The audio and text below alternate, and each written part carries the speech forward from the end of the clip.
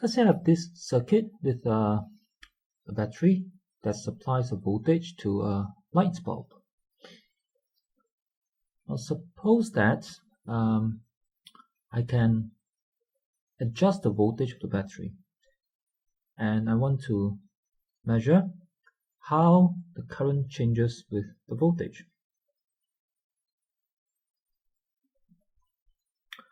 But just for example, let me think of maybe a typical light bulb that we might use in a house for lighting. If you go to the shop or supermarket, you might see light bulbs that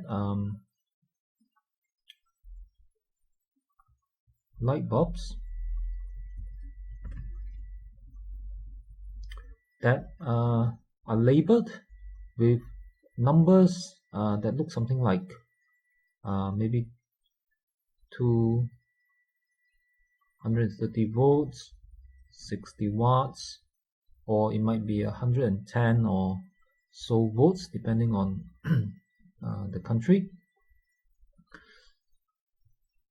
For example, now these numbers tells us that if you plug this voltage into a voltage that is 230 volts, then the light bulb will give out light and heat at a power of 60 watts. But of course, if we use a smaller voltage, it will give out less power. So this is called a rating. It just means the usual voltage you should use for the light bulb, and the corresponding power that you will get. Doesn't mean that you have to use 230 volts, but if you don't, it might not work properly. Okay, what I like to do for this example is to think about maybe applying a small voltage in the beginning, maybe just a few volts, and maybe slowly increasing the voltage and see how the current changes. So I'm going to assume that I have some instruments that can measure the voltage and the current.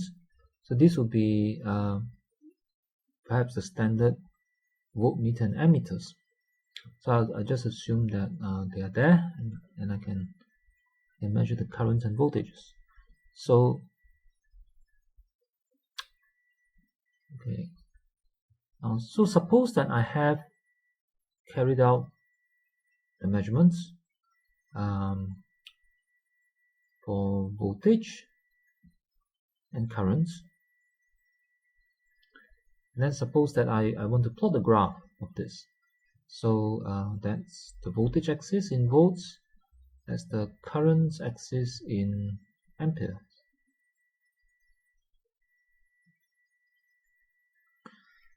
So let's look at some typical values that we might get. Starting from the simplest, 0. Suppose I apply 0 volts.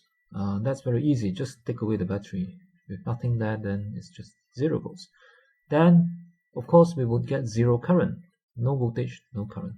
So therefore, if I plot the point of 0 volt, 0 ampere on the graph, it would just be a point at the beginning, at the origin. So that's simple enough. Next, suppose that I apply, say, maybe a 1 volt. Right? Maybe I find a battery that gives 1 volt, or I use a power supply, a special device that I can adjust the voltage with. So suppose that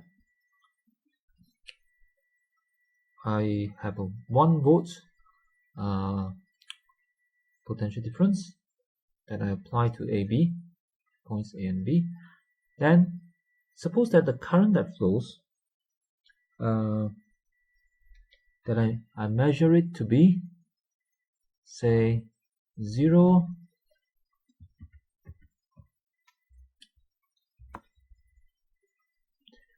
0.025 ampere. So suppose that that's what I measure. Then if I plot a point of this, that's what I get. Okay, so far so good. Okay, now let me double that voltage to 2 volts. So I double the voltage. Okay, maybe by changing a battery or adjusting my power supply device. Then when I measure the current, let's say I find that my current is 0.05 ampere. I'll put a 0 here, 0.050 ampere. Then if I plot the graph, I will get a point there. Now I can also take more points, like I can use a voltage of maybe 0.5 or 1.5, and then I'll measure some more currents, and then I can get some more points. Okay. But what you would probably find, what you would most likely find, is that you would get a graph that is a straight line. You get points that fall along a straight line.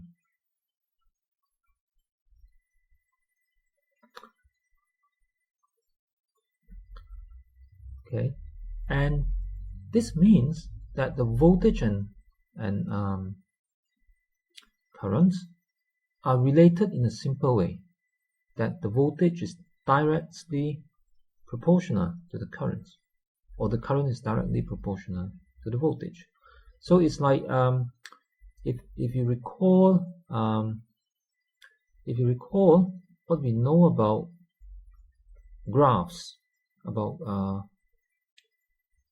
graphs and simple graphs and equations. Let's say I have this as these are the xy axis.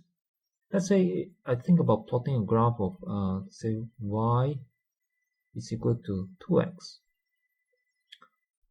Okay, so if you've learned about such equation in graphs, you'll know that when you have this equation, then if you plot a graph on the xy axis, you'll find a graph that is a straight line. So if you have an equation of a similar form, like it can be just y times any number, maybe 3 or 10 or something else, just any number times x, you will get a straight line that goes through the origin. Okay. So in the similar way,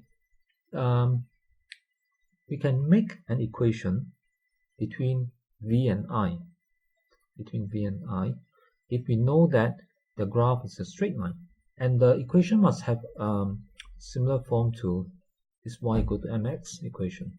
It would be so y and x would be the I and the v. So let me try and write this down. I and the v, and m can be just any just a fixed number. Okay, maybe I don't know what the number is yet, but I know that it must be a fixed number.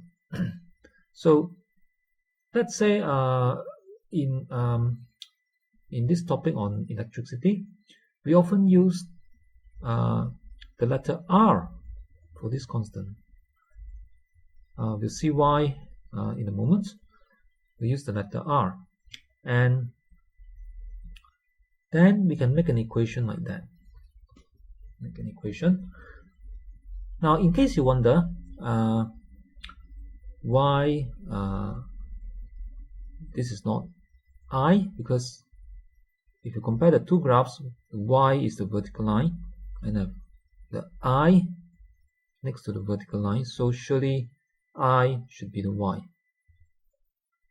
Or actually the y here should be I, if I'm trying to make the same kind of equation. But what I've actually done is that I've imagined that these two axes are flipped, so that I'm going to take my x to be the I, I'm going to take the y to be the v instead. Okay, so it doesn't really matter, it's just a matter of turning it around.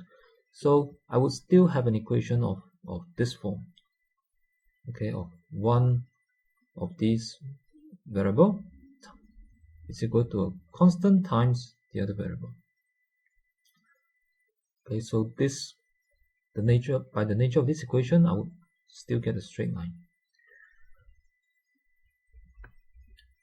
Okay, so and this equation means that the voltage is proportional to I, to the current. So for example, it means that if I say, let's say when the voltage is 1 and the current is 0.025, then if I double the voltage, the current should also double. So as you can see, it has, right? If you multiply 0.025 by 2, this is what you get, 0.050. So we have an equation, and the R here must be a fixed number for this graph to be a straight line. Now then we have a question. If R is a fixed number, what number is it? And we know V is a variable in the sense that V can be 1, can be 2, can be other values. The same for I. But if R is a fixed number, what is that number? But there is a simple way to find it.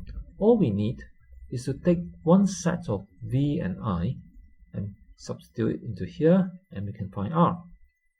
So let's try that out. Let me first start by rearranging this to make R the subject. So I would divide both sides by I. Divide both sides by I, or I can say that I would just move I over to the other side.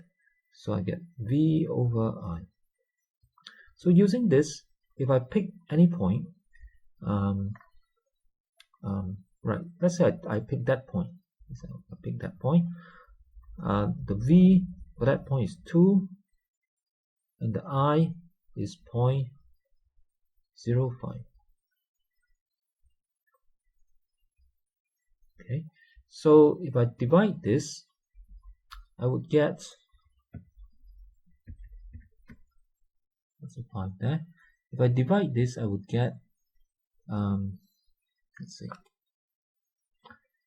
40. I would get 40. Okay, and what is the unit? Well, that's volt, that's ampere.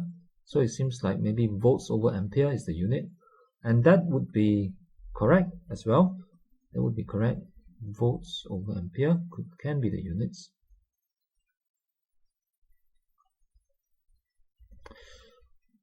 But because this quantity is quite commonly used, it has its own name for this unit. It is given this symbol, this funny symbol. This is actually the Greek letter, that is called omega. But we read this, in physics we would read this unit as ohm. After the scientists who discovered this relation many years ago. So we say that in this case, R, this constant R, is equal to 40 ohms. And the fact that this is a straight line, is a very definite relation. It's a very specific relation between the I and the voltage, in the sense that it's not some other equation. It's not like V is equal to I squared, or V is equal to IR plus 2, for example. Right, so having this particular format of the equation, which, as I said, also means that I and V are proportional to each other, which is again a very specific relationship between I and V. So because of this, we think of this as a very specific type of relationship, and this relation has a name, again after the person who studied and discovered this feature. It is called, right, we call it Ohm's law. We call it Ohm's law. And this constant here, this constant R, also has a name. It is called the resistance. It's called the resistance. And we think of it, we can, in a very simple way, if it helps, think of it like friction. It's like friction. We can think that the light bulb gives friction to the current that flows through it. So you know what happens when an object moves against friction? The work done against the friction is converted to heat, and that's what happens when electrons flow through the light bulb. The light bulb gets hot and it gives out heat. So the work done against this resistance is changed into heat and light energy. And taking this idea a bit further, we might also expect that if we want to think about this resistance, then that means we would expect that if this number is bigger, I should have a smaller current, right? More resistance, the current should flow more slowly. Now, if you look at this relation here,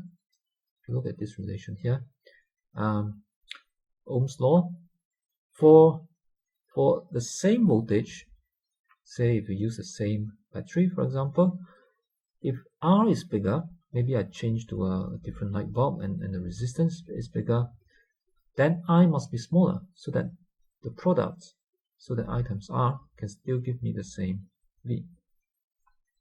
So it makes sense.